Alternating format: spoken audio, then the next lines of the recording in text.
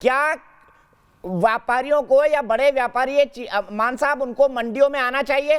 क्योंकि मंडी में आते हैं तो मेरे ख्याल से बिचौलिए मंडी के अंदर होते हैं, जिस बात को सरकार कह रही है। क्या आप चीमा साहब की इस बात से सहमत हैं कि भाई व्यापारियों को भी या बड़े बिजनेस हाउसेस को भी मंडी में आकर खरीद करनी चाहिए? मान साहब देखिए दीपक भाई, मैं चीमा साहब की ना 2-3 बातों से इत्तेफाक रखता हूँ। पहली बात तो ये इन्होंने कहा कि सरकार हमारा भला चाहती है, सरकार किसानों का भला चाहती है, इस बात के अंदर उनको कोई संदेह नहीं है, इस बात से मैं इत्तेफाक रखता हूँ। दूसरी बात इन्होंने ये कही कि कि ये आज अच्छे माहौल में, पहले से बेहतर माहौल में ये आज वार्ता हुई है, बातचीत हुई है और उम्मीद बनी है, इस बात से भी मैं सहमत हूँ। और आज बहुत अच्छे वातावरण में बातचीत हुई है, उम्मीद मुझे लगी है अच्छी है। और तीसरी एक बात जिससे चीमा साहब मेरे से मुतासर होंगे, आज मेरे से सहमत होंगे, इत्तेफाक रखेंगे, ये कि ये जो ट्रैक्टर मार्च की बात चल रही थी 1 जनवरी को, उसको कॉल ऑफ किया गया है। ये भी एक अच्छा एक कदम है किसानों की ओर से। तो दोनों ओर से बड़े अच्छे कॉन्फिडेंस बिल्डिंग मेजर्स हुए हैं। आज 2-3 बातों के ऊपर सहमति बनी है।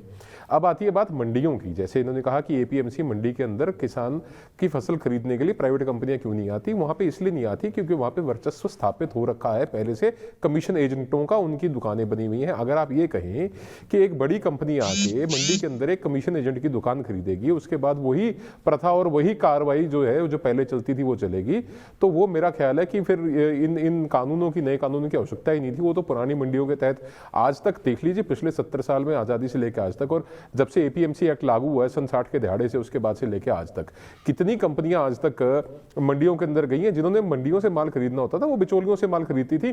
किसान का माल जो है, जो किसान की फसल है, वो कमीशन एजेंट खरीदता था और कमीशन एजेंट से आगे मंडियों में कंपनियां खरीदती थी।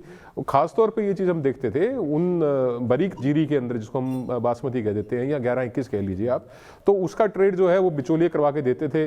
कई किसान हैं डायरेक्टली भी बेचते थे। मैं समझता हूं कि अगर एपीएमसी की मंडी की तर्ज के ऊपर एक प्राइवेट मंडी बनेगी जहां पे टैक्स की प्रणाली, जैसा कि सरकार ने आश्वस्त किया है, वो सिमिलर होगी, वैसी ही होगी, तो वहां पे अगर प्राइवेट कंपनी अगर किसान से बेहतर दाम पे खरीदती है तो कोई उसके अंदर समस्या नहीं होनी चाहिए। और दूसरी एक महत्वपूर्ण बात मैं आपको दीपक भाई बताना चाहता हूं कि मंडी के बाहर जो मार्केट है, या मार्केट कोई भी हो विश्व के अंदर, वो मार्केट चलती है डिमांड और सप्लाई के ऊपर। जिस फसल की डिमांड ज्यादा होगी, सप्लाई कम होगी, उसका रेट ज्यादा होगा, और जिस फसल की डिमांड कम होगी और सप्लाई ज्यादा होगी, उसका रेट घटेगा। ये बात समझनी चाहिए वाज़ेह तौर पर, और ये साल दर साल बदलती रहती है। ऐसा नहीं है कि हर साल एक ही भाव रहता है। हम बाजार में चीज बेचते हैं अपनी, कई बार तो भिंडी महंगी होती है, कई बार टमाटर तेज चलता है, कई बार गाजर तेज चलती है। अलग अलग सीजन के अंदर अलग अलग चीज की डिमांड के ऊपर उसका रेट सेटल होता है।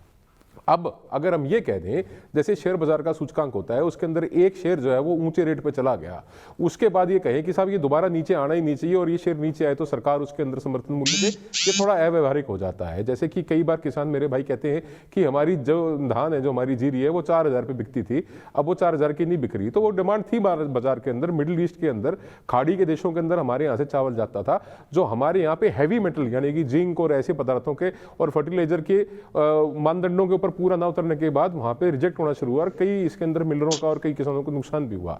तो ये कई सारी चीजें हैं, बहुत सारे फैक्टर प्ले करते हैं मार्केट के अंदर, ये बारीकियां समझनी पड़ेंगी। हम मोटे तौर पे ये कह दें कि आप हमारा जो एक बार रेट फिक्स हो गया उससे नीचे जाएगा नहीं। एमएसपी, मैं 20 सेकंड और लूंगा, मैं 20 सेकंड और लूंगा दीपक भाई। जो मिनिमम सपोर्ट प्राइस है, जो न्यूनतम समर्थन मूल्य है, वो सरकार आश्वस्त करती है।